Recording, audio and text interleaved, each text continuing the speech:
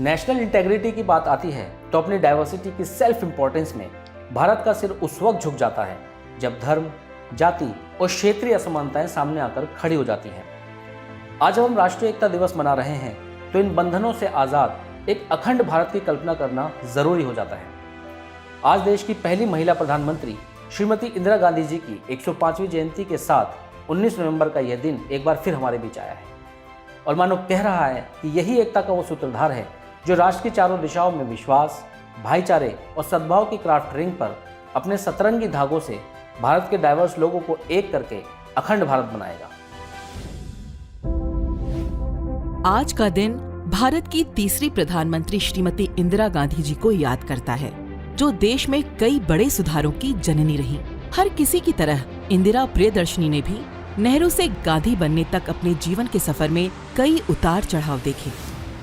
19 नवंबर 1917 को इलाहाबाद में भारत के पहले प्रधानमंत्री पंडित श्री जवाहरलाल नेहरू जी के घर में जन्मी इकलौती औलाद इंदिरा प्रियदर्शनी ने विश्व भारती और ऑक्सफोर्ड जैसे टॉप एजुकेशनल इंस्टीट्यूट से पढ़ाई की। वहीं दुनिया भर की कई टॉप यूनिवर्सिटीज ने उन्हें डॉक्टरेट की उपाधियों से नवाजा। साल 1942 में फिरोज गांधी से शादी करने के बाद इंदिरा प्रियदर्शनी बन जाती हैं इंदिरा गांधी। 1966 में इंदिरा गांधी भारत की पहली महिला प्रधानमंत्री बनी और 11 साल के उनके कार्यकाल में साल 1971 में पाकिस्तान के साथ युद्ध जीतना उनकी एक बड़ी उपलब्धि थी। पुरुष स्वामित्व वाले दौर में इंदिरा गांधी का भारत की आयरन लेडी बनना महिला सशक्तिकरण की नींव थी। असल में मेरा विश्वास जातिवाद में नहीं है। मैं तो चाहूंगी कि ये शब्द हम हटा दें अपने देश से। हम सब अपने को एक माने, इस महान देश के महान नागरिक अपनी सही को माने, क्योंकि आज का दिन जब हम उपलब्धियों की तरफ देखते हैं, सफलताओं की तरफ देखते हैं, तो कमजोरी की तरफ भी देखना है।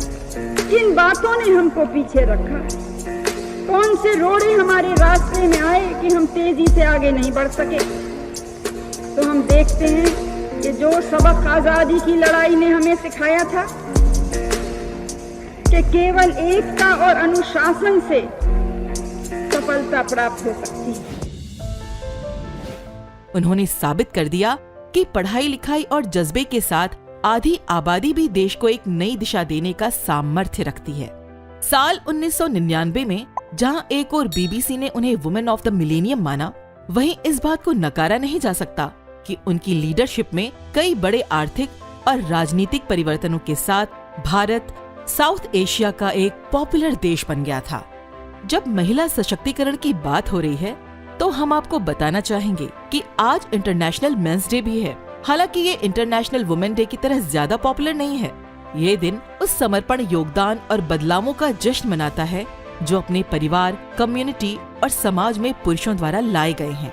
इंटरनेशनल मेंस डे को मनाने का मकसद अंतर्राष्ट्रीय महिला दिवस के साथ कंपटीशन करना नहीं है, बल्कि जेंट्स कम्युनिटी से जुड़े कुछ मुद्दों के बारे में आवाज उठाने के साथ साथ उनके चरित्र और जिम्मेदारियों के प्रति हमें थोड़ा सोचने पे मजबूर करता है।